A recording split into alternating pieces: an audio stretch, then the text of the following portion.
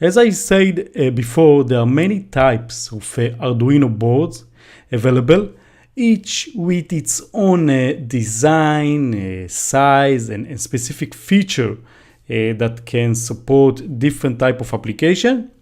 Now, for example, the Arduino Mega board provides more input and output pins compared to the Uno board.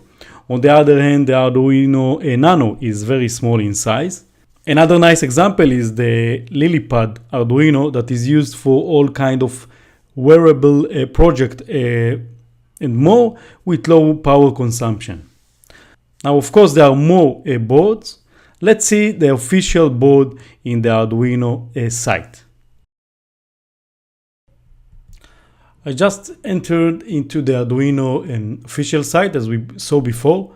Now, under product category, you will get some nice summary of all available official Arduino product, and you can browse between them and see an additional info on each one of them.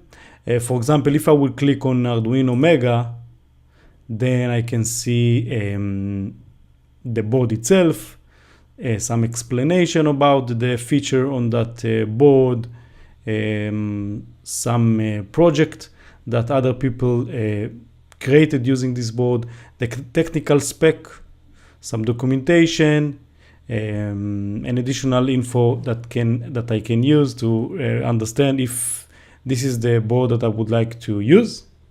If I would go back, present the LilyPad Arduino USB, as I explained, this is more used for wearable project.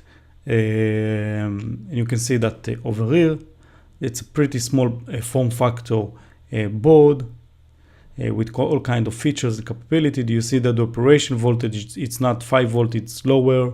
You can download the documentation and see some additional information related to that board. As I said, this is the official board. For each board, we can search that and find also compatible board that are doing the same. But this is a good place to see the possibility and the options under the Arduino product.